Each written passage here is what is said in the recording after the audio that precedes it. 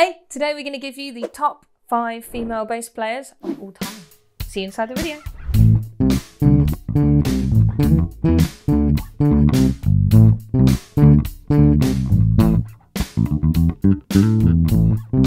Hey guys, it's James here from eBassGuitar, and we are back for another episode of our Real World Bass Heroes podcast interview series. And I'm here with Sian Unwin. And this might be stating the obvious, but Sian is flying the flag for female bass players here, and she's a damn good one too. So I just want to start this video off by asking the most obvious question in the world. Is there any difference between male and female bass players? None. None whatsoever? Absolutely none. So they're just as good as the guys? Absolutely. Why do you think we don't see them as regularly? There's just much less visibility on female bass players. So can you just roll off the names of a few really great female bass players for people to check out? Oh, absolutely. You've got Susie Quattro, you've got Gayle Dorsey, you've got Divinity Rocks, you've got Rhonda Smith, you've got Esme Haim. There's so many. The list goes on and on. So we're going to dig in today to Sian's all-time 5 top favourite bass players. But before we hit the video content today, I would just love you to know over at eBassGuitar, we put together a completely free gear guide for those of you who are looking to upgrade your bass guitar gear. We put a link to that in the description below where you can download your free copy. Also, one more very quick favour. I was staggered a few months ago when I looked at our YouTube statistics and discovered 80% of people who watch this channel are not subscribed to it. Seriously. So what I want to do is over time, get this down to 50%. And I need your help for that. What I need you to do is hit that red subscribe button somewhere around this video. And what this will allow us to do is help the channel grow. And that means for you guys, we can publish more great quality instructional video based educational content on this channel. So please hit that red button. So let's talk about female bass player number 1, Sian. Who have you got for us? So number 1 Gone. Is Carol Kaye, the fantastic Carol Kaye. Who and why have you chosen her? She was a studio session player and actually goes down as being the most recorded bass player in history. Incredible. Who she played with? She's played with, I mean, you name it. She's played with them. So, for example, the Beach Boys, Good Pet Vibrations. Sounds. Absolutely. Yeah. You know, people like Ray Charles, Frank Sinatra, Nancy Sinatra, The Doors, Simon and Garfunkel. A-list. You know, River Deep, Mountain High. Was that her? Seriously? So we've got a clip of Carol Kaye for you to check out here today. So why have you chosen this clip? So I've chosen this clip because it just shows Carol's natural talent being a session player. So are we seeing her here in the studio? I believe this is just at home. It's just an interview with her and she's just showing you how to work the metronome. Fantastic. Let's check it out.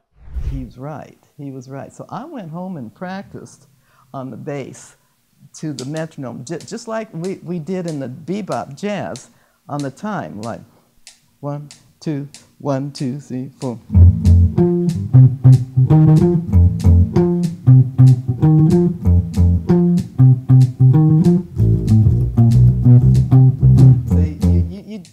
And you could be close, but unless this feels like it's grooving, you're not in. It took me 2 or 3 days to get in on all styles of music.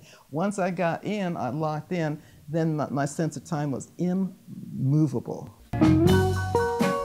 Oh, what an incredible clip that is. Just hearing her grooving with that metronome and how she feels such incredible time with it. Amazing. It's just outstanding. A lot of people don't like playing to the metronome, and I will always show them this video just to show you that when you make the metronome work for you and you groove around it, it's amazing. And it can feel just like another instrument once you know how to play with it. Well, exactly. And you can hear her jazz roots coming through as well, which I think is just fantastic. So female bass player number 2, who have you got for us? We have got Tal Wilkenfield.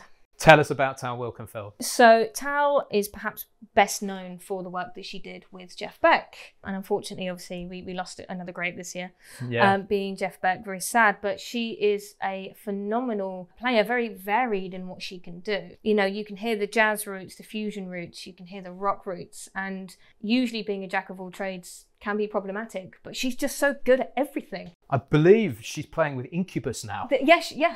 Jeff Beck to Incubus. Absolutely. And then there's stories of her hanging out with the great Anthony Jackson as well, who's one of my all-time heroes. I just think she is phenomenal. I agree with you here. I believe her first tour was with Chick Corea. Now, I did not know that. I'm going to go hunting for some Chick Corea and Tal Wilkenfield after this. We finished filming here. So what video have you got for us? So it's a video of them live at Ronnie Scott's. Brilliant. And it was a song written by Stevie Wonder called "'Cause We Ended as Lovers." Brilliant. Let's check it out.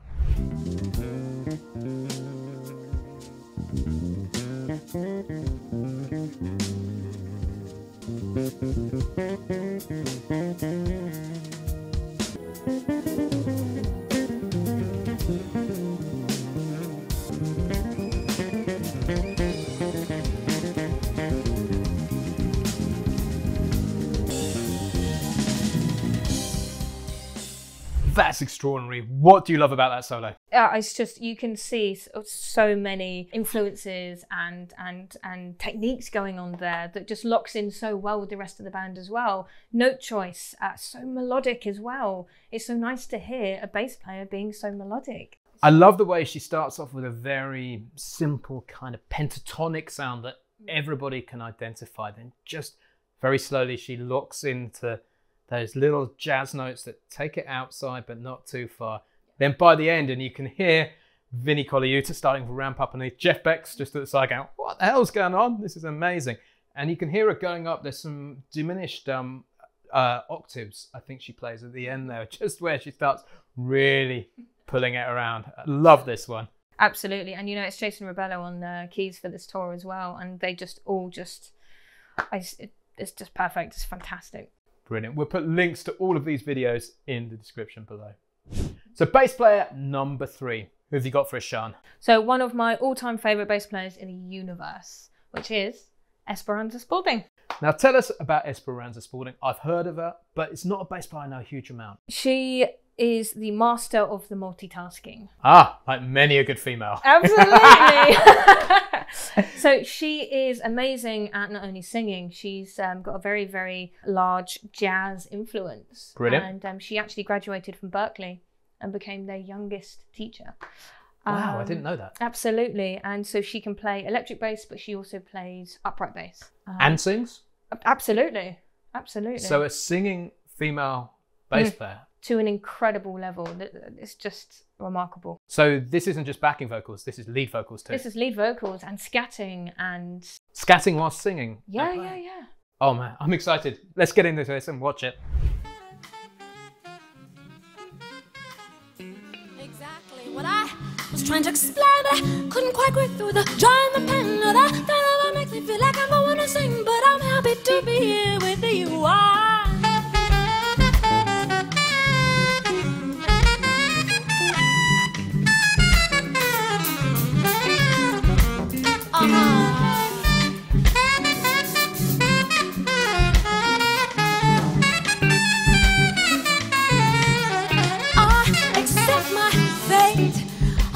Showed up a little bit late.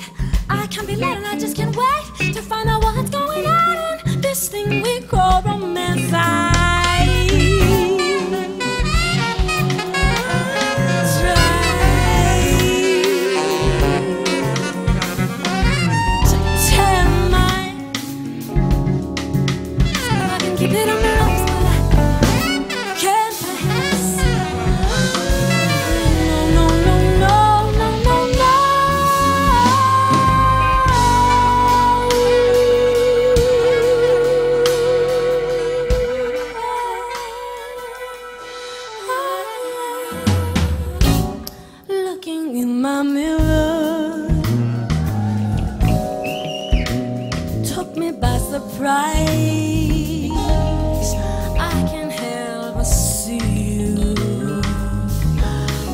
Often in my mind, helpless as a baby, sensual disguise. I can't help but love you. It's getting better all the time. I can't help it. If I wanted to, wouldn't help it. Even if I could, can't help help it, no, no. Can't help it. If I wanted to, wouldn't help it. Even if I could, can't help it. If I wanted to, wouldn't help it, no. Wow. So I just think we've seen the full gambit there of scat singing, comping on the bass guitar, playing chords, then into credible groove, and then into lead vocals. It's outstanding. You know, she takes a classic. I mean, I Can't Help It, originally, obviously from Off the Wall. By Michael Jackson. By Michael Jackson, produced by Quincy Jones, and I think the original bass line was played by Louis Johnson, of course, of Brothers Johnson fame. And what I love is that she's able to vocalize so beautifully, but she's playing, like you said, chords, giving it a slightly more kind of Latin-y intro, and then she's hitting these beautiful offbeat rhythms while she's trying to sing. And if I did that, I'd fall over. I know, extraordinary talent there. So bass player number 4, I'm not going to even try and pronounce her name because I've got it wrong so many times today already, but who is it? It's Meshell Ndegeocello. Fantastic. Why did you choose Meshell?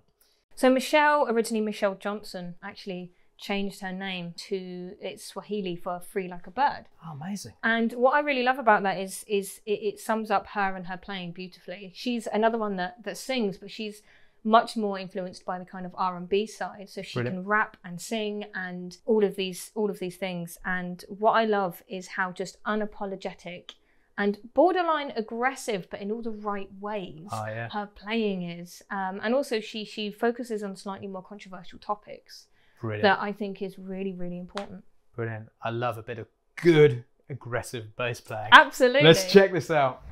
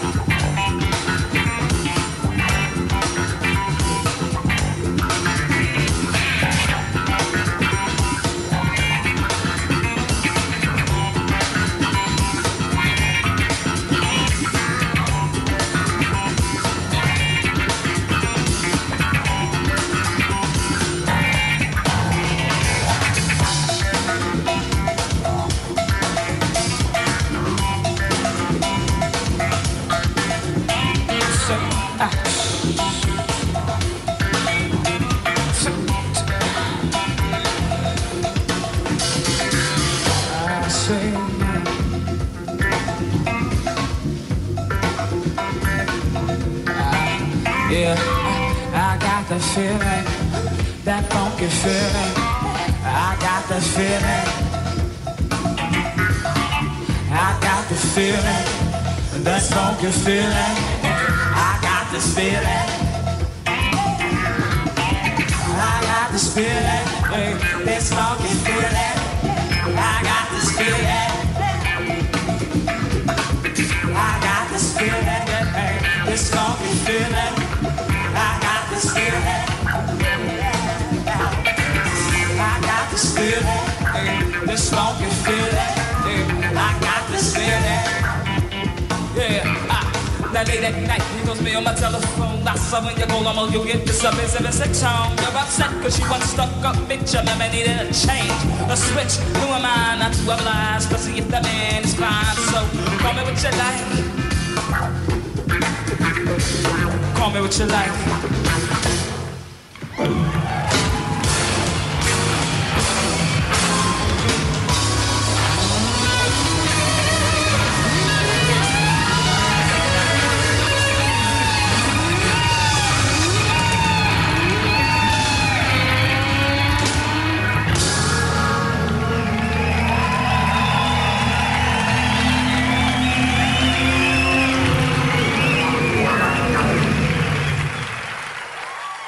What a powerhouse of energy that is. Unbelievable. Just oozes class and just, you know, just feel, groove, funk, everything. She is the groove. She just, to be able to drop your bass and then go and do that and then pick it up and just kill it. You know, what a talented lady. Indeed. So number 5 of your all-time legendary female bass players, who is it? It is... Go on. Nik West. Tell us about Nik West. So Nik West is just awesome. She's got such amazing style, and it reminds a lot of people of Prince. And rumour actually has it that Prince was about to dedicate an awful lot of time into Nik West. Oh, really? Absolutely. And it's very clear that her influences come from players such as Larry Graham, Marcus Miller, and Louis Johnson. So she's rooted in the soul and the funk and the slap roots. The slap roots, the P-funk, very, very, very much up my street. Absolutely. So let's check it out.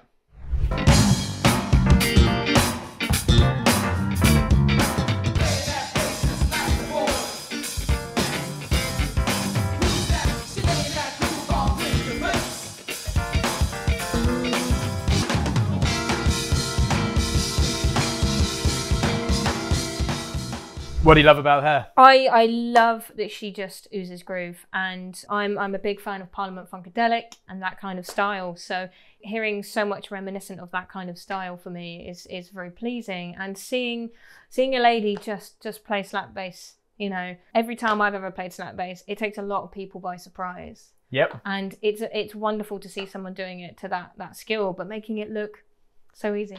Absolutely. There we have it. We have Sian's top 5 all-time legendary female bass players. So what I would love to know, and what Sian would love to know, is who are your top 5 legendary female bass players? Please let us know in those comments below. And as Sian said, there is absolutely no difference between the guys and the girls. And I think what we've shown you absolutely proves it. We just need to get them more visible, more ladies playing the bass guitar, because they're simply great at it.